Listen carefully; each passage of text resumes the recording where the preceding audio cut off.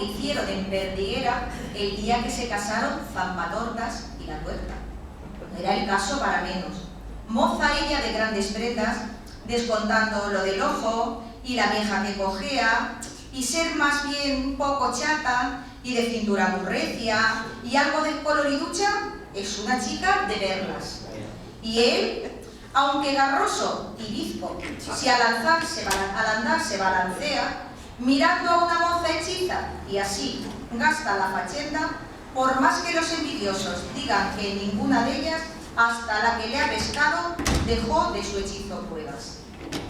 Felices se la promete la interesante pareja, que el casorio es ventajoso, cuanto apetecer pudiera. A ella, sus padres le han dado todas las ropas completas, 6 ovejas, 7 cabras y un plantado de 1000 cepas. Y él, aunque nada le dan, como heredero se queda en la casa de su padre, que es de mucha conveniencia.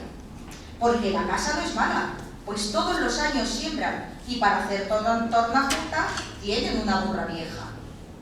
En casa de Zampatortas toda la boda se junta, que allí se hace el agasajo por más que el consuegro ayuda.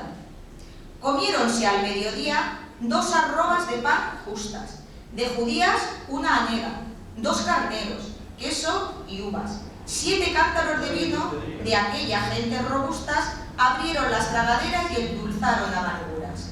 Bailando toda la noche, armaron gran baraunda, luciendo el garbo en la jota con diferentes posturas. Hubo después la gran cena, y la juventud inculta a los pollos y conejos atacaban como furias. Pero no hubo un solo mozo que entre flores o entre pullas a la novia no ofreciese bocado de los que gustan.